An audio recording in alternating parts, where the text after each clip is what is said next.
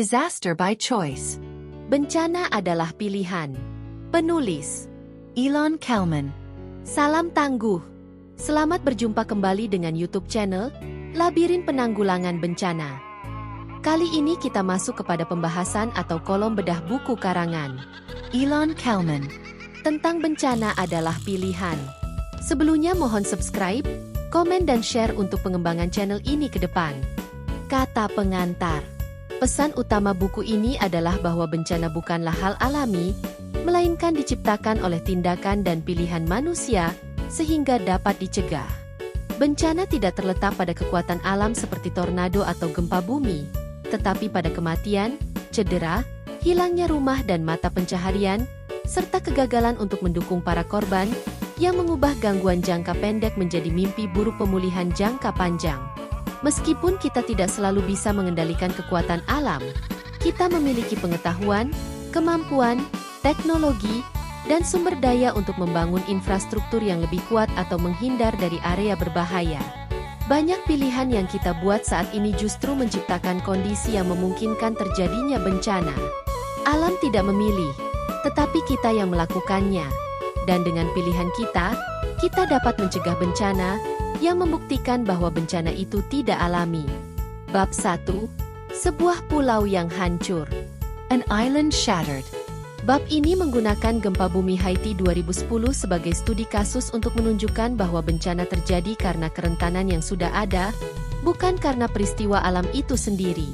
Gempa bumi berkekuatan 7,0 skala Richter mengguncang Port-au-Prince, tetapi kehancuran dan jumlah korban jiwa yang besar disebabkan oleh bangunan yang dibangun dengan buruk, kemiskinan, kurangnya layanan penyelamatan dan medis, serta kondisi sosial dan infrastruktur yang sudah lama terabaikan. Bencana tidak berakhir dengan gempa, tetapi berlanjut dengan masalah seperti tenda darurat yang rapuh, kekerasan seksual, dan wabah kolera yang diperkenalkan oleh pasukan penjaga perdamaian PBB. Bencana ini, seperti badai sebelumnya dan wabah kolera, merupakan proses jangka panjang yang diciptakan oleh pilihan orang-orang yang memiliki kekuasaan dan sumber daya untuk melakukan perubahan, namun tidak memiliki kemauan untuk melakukannya. Bab 2. Bahaya alam. Nature's hazards. Bab ini membahas bagaimana bahaya alam adalah bagian dari perubahan alami lingkungan, tetapi menjadi bencana karena interaksi dengan pilihan manusia.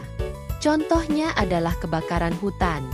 Meskipun kebakaran adalah bagian dari siklus alami, metode pencegahan kebakaran modern di Australia telah menyebabkan penumpukan bahan bakar yang mudah terbakar, yang pada akhirnya memicu kebakaran yang jauh lebih besar dan merusak.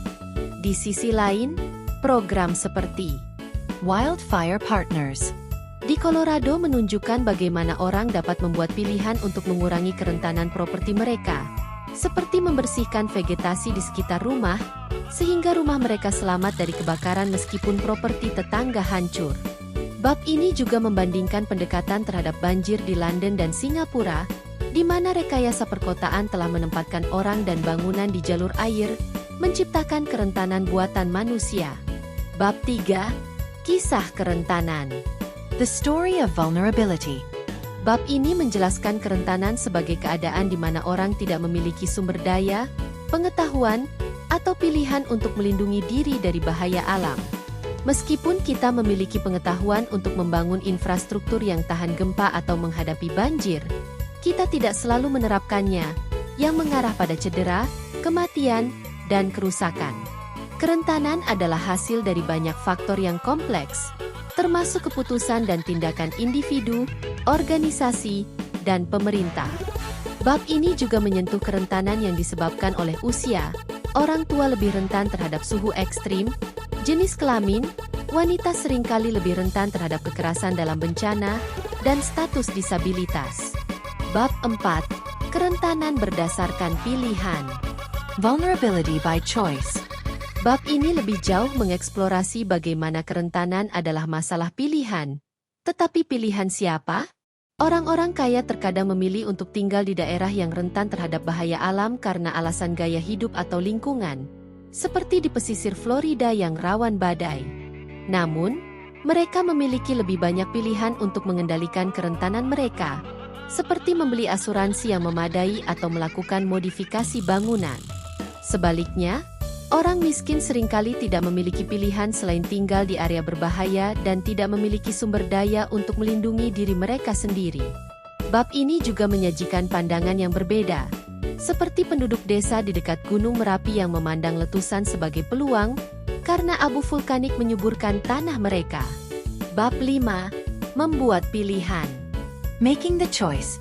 Bab ini membahas bagaimana manusia telah berupaya mengendalikan bahaya alam, tetapi tindakan ini seringkali menciptakan kerentanan baru.